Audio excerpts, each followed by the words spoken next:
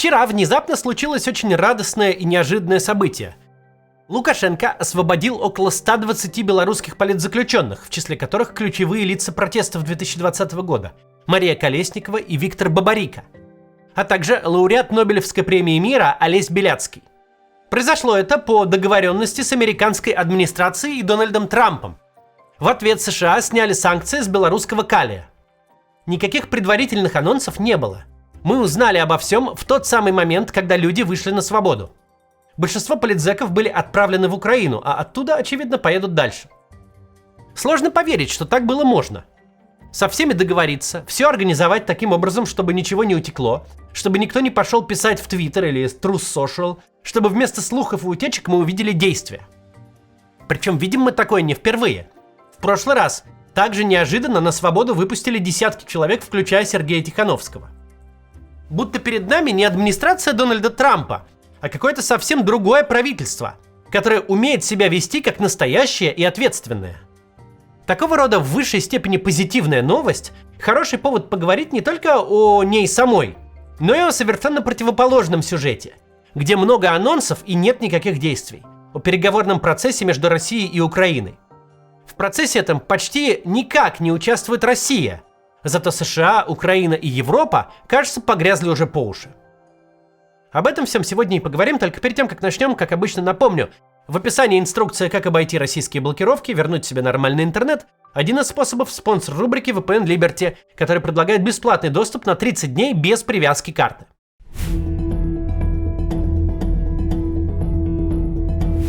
Надо признать, по каким-то неведомым причинам именно в случае с Беларусью, именно в случае режима Лукашенко Дональда Трампа будто подменяют. Нынешняя американская администрация, мягко говоря, редко руководствуется гуманитарными мотивами.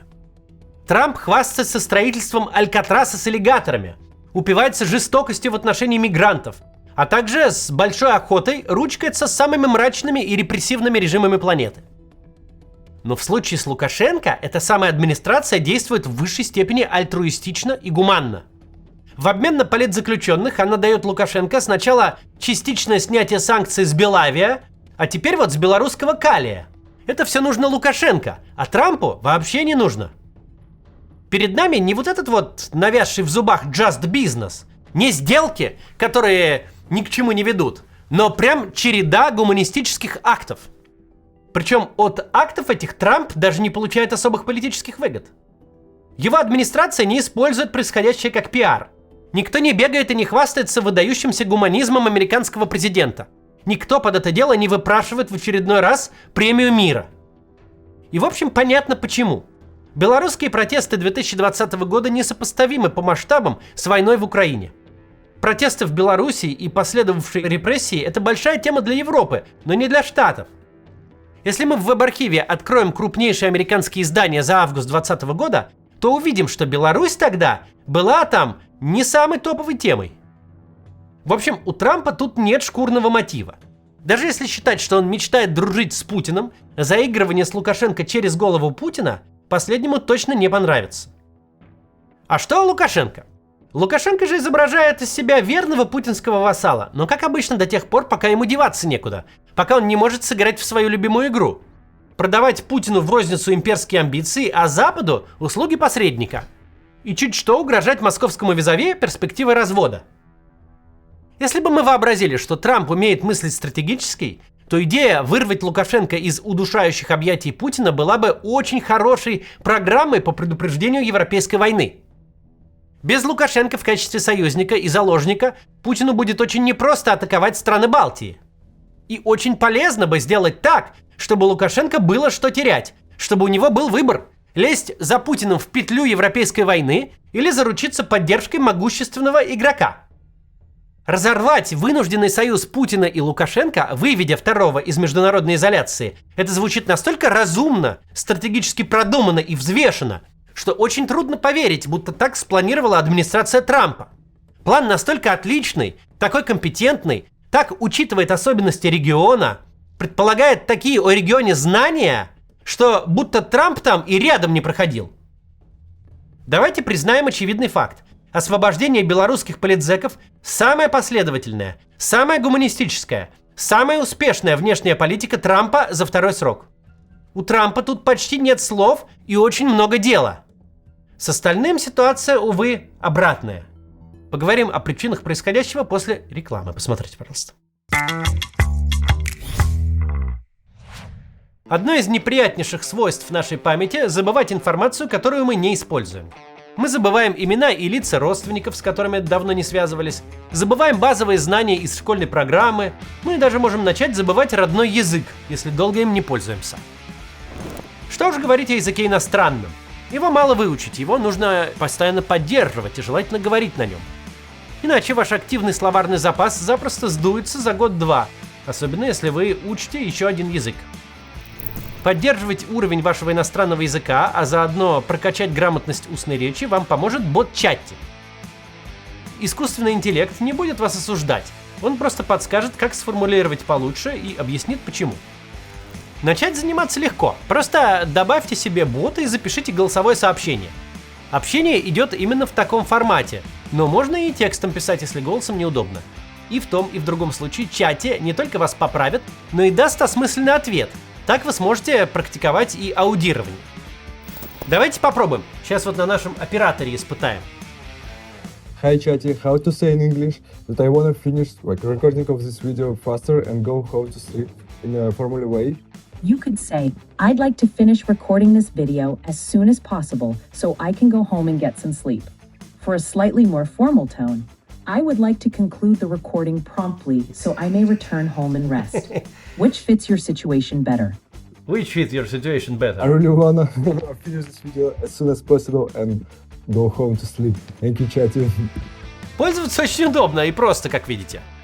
Удобно, потому что прямо в Телеграме вы можете общаться с ботом как со знакомым между делом, обсуждать кино, политику, музыку или работу. Генерируются ответы быстрее, чем их записал бы реальный человек, поэтому создается ощущение живого диалога, без пауз, которые обычно бывают при общении голосовыми. Кстати, доступен у Chatty не только английский, но и немецкий, французский, испанский, японский и другие языки. У каждого есть свой отдельный бот. Попробуйте бесплатно по ссылке в описании или воспользуйтесь этим QR-кодом. Спасибо, что смотрите рекламу, продолжим. Рассуждая о причинах происходящего, надо помнить, Дональд Трамп очень особенный американский президент. Там, где у других следовало бы искать общеполитические мотивы, у Трампа будет личное. Его личные симпатии, воспоминания, обиды и так далее. Никто не сомневается, что Трамп не забыл Владимиру Зеленскому историю Украина-гейта с компанией Бурисма и отказом помочь выиграть выборы, скомпрометировав Джо Байдена через его сына. Так что хамское поведение Трампа в отношении Зеленского объясняется в том числе и этим инцидентом. Трамп не забыл выборную кампанию 2020 года и никому из тех, кого считает виновным в тогдашней утрате власти, этого не простил.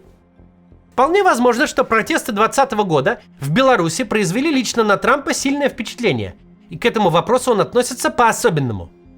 Лето 2020-го – это финал его первого срока. Белорусские протесты шли на фоне страстей по ковиду, на фоне самого активного этапа избирательной кампании, были ярким событием. Может быть, Мелания Трамп питает особо сентиментальные чувства к Беларуси и проводит среди мужа разъяснительную работу. Мы знаем, такое вполне реально. Все возможные мотивы лежат в той плоскости, где ничего нельзя знать точно. Можно только фантазировать. Но факт остается фактом. Поведение Трампа в отношении Беларуси явно отличается от его поведения во всех остальных случаях. Отличается качественно. В 100 раз меньше слов, в 100 раз больше дела. Предположить тут можно только что-то личное. Сейчас мы снова будем вынуждены вернуться к обычному Трампу, но отдадим должное Трампу доброкачественному. Он последовательно спасает белорусских политзеков, ничего внятного не получая взамен. Мы не слышим никаких анонсов, никаких обещаний, просто видим новости об освобождении. Будь так всегда, мы жили бы в другом мире. Но мы живем в том мире, какой есть.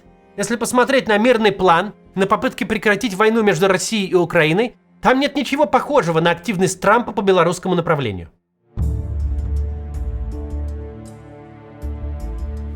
Главная проблема того, что называется переговорным процессом, заключается в следующем. С одной стороны, это важная тема. Она людям объективно интересна. Ее нельзя игнорировать. Надо разбираться и объяснять. С другой стороны, тут сложно рассказать что-то существенное. Сложно найти какой-то новый поворот сюжета, а уж тем более повод для оптимизма. Все застряло на том же месте, где было месяц назад, полгода назад, где было в феврале, когда миротворческие усилия Трампа, собственно, и начались. Кажется, что сейчас переговорный процесс окончательно разделился на два изолированных действия. В одном участвуют США и Украина. Дональд Трамп говорит о необходимости провести в Украине выборы, обсуждает территориальные уступки. Украинская сторона, в свою очередь, напоминает, для любых вопросов о территориях нужен референдум и обещает над всем этим подумать. Другая сторона, Путин, при этом ведет себя так, будто вообще ничего не происходит. Если мы посмотрим любое его выступление, никаких анонсов скорого или предполагаемого мира там нет. Там нет никаких отсылок к тому, что обсуждают друг с другом США и Украина. Нет никаких подвижек в позиции. Просто перечисление реальных и мнимых военных достижений. Просто разговор о топонимах. Захваченных, незахваченных, иногда даже несуществующих. Многие сейчас рассуждают о переговорах. В этих рассуждениях до предела много драмы, споров, принципиальных противоречий, торга. Все вместе смотрится как остросюжетный политический сериал. Трамп давит на Зеленского, Зеленский призывает на помощь европейских союзников, европейские союзники уговаривают Трампа. Хоть каждый день ролики клепай, каждый раз вроде как на новую тему получится. Вот только ключевой персонаж, Путин, рассуждает не о переговорах, а о войне. Перед нами не один сюжет, а два разных. Они не пересекаются. Трамп и Зеленский обсуждают условия мирного соглашения, а Путин в это время с удовольствием наряжается в военную форму и окончательно вживается в роль действующего полководца. Можно ли заниматься анализом процесса, идущего между США, Европой и Украиной? Можно. В ближайшее время мы этому тоже посвятим отдельный ролик, ведь происходящее интересно с мировоззренческой точки зрения. Но с точки зрения перспектив окончания войны, неважно, неинтересно и, к сожалению, бессмысленно. Переговоры об окончании войны, идущие без участия и с полным безразличием страны, которая вторглась на чужую территорию и ведет активные боевые действия, это что угодно, только не переговоры о мире. Довольно показательна тут динамика на сайте политических прогнозов Polymarket. Еще совсем недавно, во время анонса встречи Путина и Трампа в Будапеште, во время их встречи на Аляске, в моменты всех предыдущих обострений переговорной активности, рынок предсказаний наполнялся оптимизмом. Ставки на скорейший мир между Россией и Украиной росли. Теперь ничего такого не происходит. Рынок практически не реагирует на очередные заявления из Киева и Вашингтона. Люди в целом не верят в перспективы окончания войны ни до конца 2025 года, ни до конца марта года грядущего. Ставки на продолжение войны в кратко-среднесрочной перспективе гораздо выше. Это всегда интересно, когда оптимизм можно оценить в деньгах. Потому что в воздух говорить каждый мастак, а мнение, подкрепленное деньгами, совсем другое дело. График рынка предсказаний, его резкие всплески в мае и августе, а потом довольно равномерное падение ближе к концу года, все это очень красноречиво. Мысль, что Путин не собирается ничего заканчивать безотносительно того, о чем там Зеленский с Трампом договариваются, постепенно становится общим местом.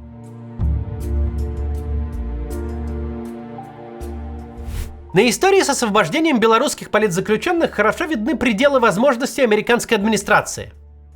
Для Лукашенко нынешняя полная зависимость от Путина, затащившая его в войну, очевидно крайне некомфортное и опасное положение вещей. Белорусский диктатор в этой ситуации всего лишь объект. Если Путин решит с его территории повоевать с НАТО, при нынешней степени зависимости Лукашенко не имеет никакого права голоса. С другой стороны, если Путин проиграет, то висеть они будут рядышком, как союзники по агрессии.